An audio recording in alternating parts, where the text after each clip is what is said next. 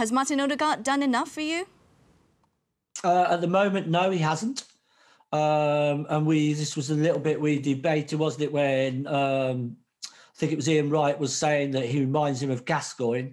He doesn't remind me of Gascoigne. Listen, for a youngish player who hasn't played a lot of football to come into your club, I think he's, at the moment, I'm sitting on the fence, but I see the potential there. His link-up play is very good. He wants to get on the ball. He's a good passer. He wants to link up play.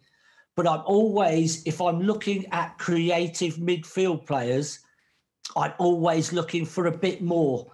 I want to see a creative midfield player that's capable of scoring goals, and I want to see them setting up chances or being involved in the chances created of the team. So at the moment, I'm sitting there thinking, yes, he hasn't done anything wrong, and I want to judge and I want to see a lot more from him before I make the decision, would I like Arsenal to try and sign him on a permanent basis?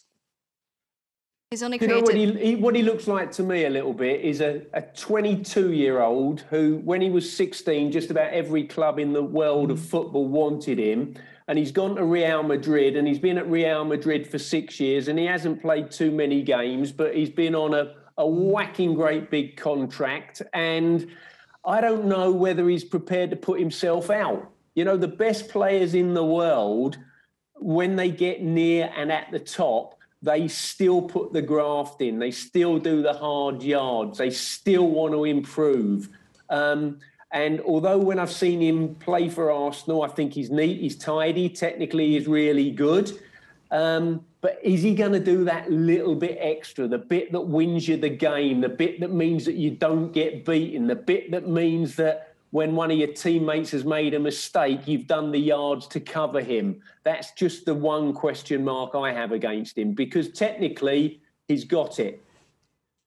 Yeah, I think what the Arsenal supporters will be looking at, Gary, is not the hard work he's doing going backwards, because I would think that, yes, he will drop back into position, hold up the opposition. He's not a tackler, so he's not going to tackle, but getting back into position, this is one of the problems I had with Ozil at times, is when he lost the ball, he stood up in the front area and jogged back.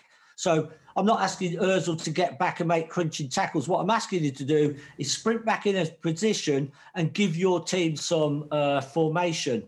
And what I want to see from Odegaard is him getting on the ball all the time, trying to play through on the edge of the box, the tricky passes that will set up Aubameyang, Saka, or the final pass that goes out to a wide area where the wide player is whipping the ball in for an opportunity for one of our other players to score. If he's doing that regular, then I think he's got a career at Arsenal. But if he's going to be, well, he's all right, but I'm not quite sure, then obviously he's not going to be for Arsenal. I think the fact that he's moved away from Real Madrid to try and reignite his career, I like that, because to me it says, well, yeah, he's probably still getting paid a whacking salary because he's not going to take a reduction, but he's willing to move to a different country to try something. So I really do I like that about him. What I'm saying at the moment is I haven't seen enough of him.